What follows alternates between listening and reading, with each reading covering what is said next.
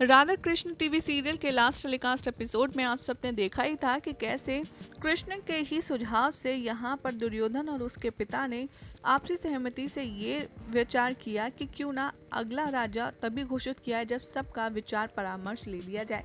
और आज रात के एपिसोड में आप देखने वाले हैं कि श्री कृष्ण अर्जुन को यही समझाते आएंगे नजर कि तुम सबके सबसे ज़्यादा प्रिय हो, सबके पसंदीदा हो, इसीलिए तुम्हारा फैसला बहुत महत्वपूर्ण होगा। यहाँ पर श्री कृष्ण अर्जुन को ये सब बता ही रहे होंगे कि राजा चुनाव में शकुनी के सारे सवालों का जवाब तुम्हें अपने मन से देना है और जो भी तुम्हारे दिल में आए उसे स्पष्ट रूप से प्रकट करना। तो वहाँ दूसरी तरफ शकुनी और दुर्योधन मिलकर ये प्लान बना रहे होंगे कि कैसे एक एक राजा के पास जाकर उनका मन जान लिया जाए पहले से ही, ताकि वो अपनी योजना उसी के अकॉर्डिंग बना पाए।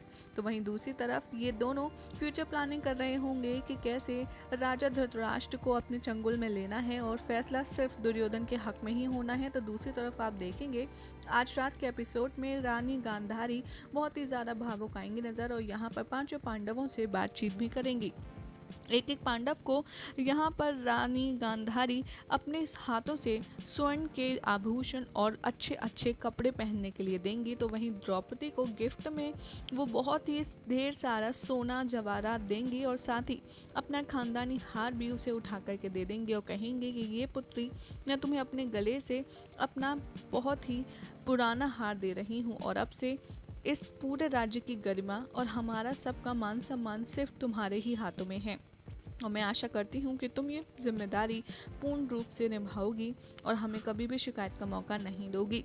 इतनी बड़ी रिस्पॉन्सिबिलिटी लेकर द्रौपदी अपने आप में गर्वित महसूस करती है और वो रानी गांधारी से ये वादा करती है कि वो अपना हर एक कर्तव्य, हर एक वचन पूर्ण रूप से निभाएगी।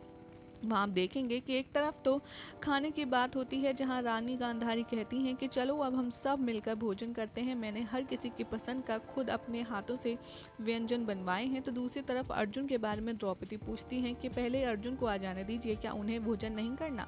तो यहाँ पांचों पांडव अर्जुन के बारे में विस्मरण करेंगे और कहेंगे कि अर्जुन को तो आप छोड़ ही दीजिए क्योंकि वो सबके इतने प्रिय हैं कि सब उन पर प्यार बरसा ही रहे होंगे। तो दूसरी तरफ अर्जुन के साथ में भीष्म पितामह और हर कोई बैठा होगा जो अर्जुन को पसंद करता है और अपने प्रेम स्नेह से उनको खिला खिला के परेशान कर रहा होगा। वहाँ पर अर्जुन सबसे विनती करते आ रहेंगे नजर कि बस कीजिए, अब मेरा पेट फट जाएगा, मैं और नहीं खा पाऊंगा। तो यहाँ श्री कृष्ण की एंट्री होती है और वो बड़े ही भावुक स्वर में कहते हैं, खा लो पार्थ, जो हाथ आज इतने प्रेम से भोजन परोस रहे हैं, क्या पता कल ये हाथ क्या परोसे।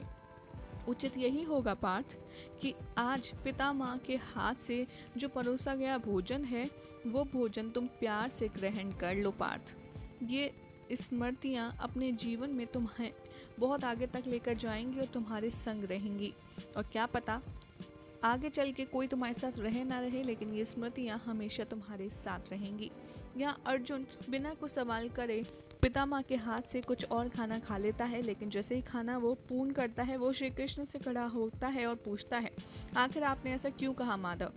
यहाँ अर्जुन बहुत ज़्यादा इमोशनल हो जाता है श्री कृष्ण की बातें सुनकर और श्री कृष्ण भी उसे यही कहते आते हैं नज़र कि आगे भविष्य के गर्भ में क्या कुछ है ये मैं तुम्हें अभी नहीं बता सकता, लेकिन जितना कह रहा हूँ तुम उतना तो कर सकते हो। यहाँ कृष्ण भी बहुत ज़्यादा भावुक हो जाएंगे और उनकी आंखों में अश्रु आ जाएंगे। ये देखकर श्री कृष्ण अपनी आंखों में अश्रु ले आए हैं। यहाँ पर पितामह उनसे पूछेंगे कि ये क्या कृष्ण, आप तो खुद रोने लग गए, आखिर आपकी आंखों में अश्रु कैसे। यहाँ पर श्री कृष्ण बहुत ही प्यार भरे अंदाज से कहेंगे कि जो मुझे सबसे ज़्यादा प्रिय है ऐसा ही प्रेम मैंने भी पहले स्पर्श किया है। जितने चाव से आप सब अर्जुन को खिला रहे हैं मैंने भी बहुत आनंद लिया है इसी प्रेम का। एक ऐसा प्रेम जो मुझे सबसे छुपाकर ऐसे ही प्रेम से भोजन खिलाता था। यहाँ पर श्री कृष्ण जैसे ही प्रेम से भोजन खिलाने की बात करेंगे उन्हें राधा रानी की सारी यादें आने लगेंगी कि वो कैसे उन्हें प्यार से अपने हाथ से खाना बनाकर खिलाया करती थी। आगे श्री कृष्ण कहेंगे, कभी माखन तो कभी खीर, कभी क्रोध से तो कभी प्रेम से, बस आपका ये प्रसंग देखकर मुझे उसी की याद आ गई। किंतु जब तक मेरा ये कार्य पूरा नहीं हो जाता तब तक मुझे अनंत प्रेम की प्रतीक्षा करनी होगी। ये कहकर श्री कृष्ण की आंखों से आंसू झड़ने लगते हैं और वहाँ दूसरी तरफ मौसम बिगड़ने लगता है। राधा रानी गौशाला में गाय की सेवा कर ही रही होंगी, लेकिन जिस तरीके से कृष्ण के आंसू गिरने पर पूरा माहौल बदल जाता है, वो समझ जाती हैं कि कृष्ण उदास हैं। यहाँ राधा रानी को पता चल जाता है और वो आसमान की तरफ देखकर कहती हैं, कृष्ण ने मुझे याद किया है ना कृष्ण। यहाँ कृष्ण राधा की ये बात सुनकर काफ़ी ज़्यादा स्माइल करते हैं। तो राधा रानी कहती हैं, कृष्ण तुम मुझे अत्यधिक स्मरण कर रही हो, किंतु तुम धर्म स्थापना के इस कार्य को चलने दो। यदि तुम्हारे हृदय में राधा के प्रति प्रेम की लहर उठ रही है तो उठने दो कृष्ण, उसे दबाओ मत, क्योंकि उसी लहर से बहकर तुम अपनी राधा तक पहुंचोगे। आओ कृष्ण, कुछ क्षण मेरे साथ आओ, मेरा हाथ पकड़ो और मेरे साथ बैठो। जैसे ही राधा रानी श्री कृष्ण को पुकारती हैं, वहाँ राधा रानी का हाथ पकड़ने श्री कृष्ण आ जाते हैं और कहते हैं, लो राधा, मैं आ गया। तुमने ही कहा था ना कि मैं तुम्हारे पास आ जाऊं। राधा रानी श्री कृष्ण को ऐसे सरप्राइज एंट्री मारता देख बहुत ज़्यादा हैरान होती हैं और दोनों की आंखों में प्रेम के, स्नेह के आंसू होते हैं। जहाँ राधा रानी का हाथ पकड़कर श्री कृष्ण उन्हें एक साइड बैठाते हैं और दोनों कुछ किसी से नहीं कहते, बस एक दूसरे को देखकर रोते रहते हैं। और दूसरी तरफ आप देखेंगे कि कुंती माता कहती हैं अपने पांचों पांडवों से कि मेरा मानना है कि तुम सबको कल सभा में एक ही समान सारा तर्क रखना चाहिए। ये देखकर कि उसकी माँ चाहती है कि पांचों पांडवों की राय किसी भी फैसले में एक हो, अर्जुन आग्रह करता है कि माँ ये कैसे संभव है। और हमें माधव ने भी यही कहा है कि जो भी हमारे हृदय में हो, जो भी हमारे मन में हो, मस्तिष्क में हो, वो हम स्मरण रूप से कहें। यहाँ श्री कृष्ण भी माता कुंती को समझाते और कहते हैं कि अगर पांचों पांडव एक ही स्वर में बोलेंगे, पांचों पांडव एक ही फैसला सुनाएंगे तो ये बहुत ही ज़्यादा अजीब लगेगा और ये बिल्कुल भी प्रभावशाली नहीं लगेगा। पांचों पांडव होने के साथ साथ एक अलग अलग इंसान भी हैं जो अपनी सोच, अपनी समझ रखते हैं। माता कुंती, आप इस तरीके से किसी बंधन में इन्हें ना बांधिए। जिसके दिल में जो आता है उन्हें कहने का पूर्ण हक है।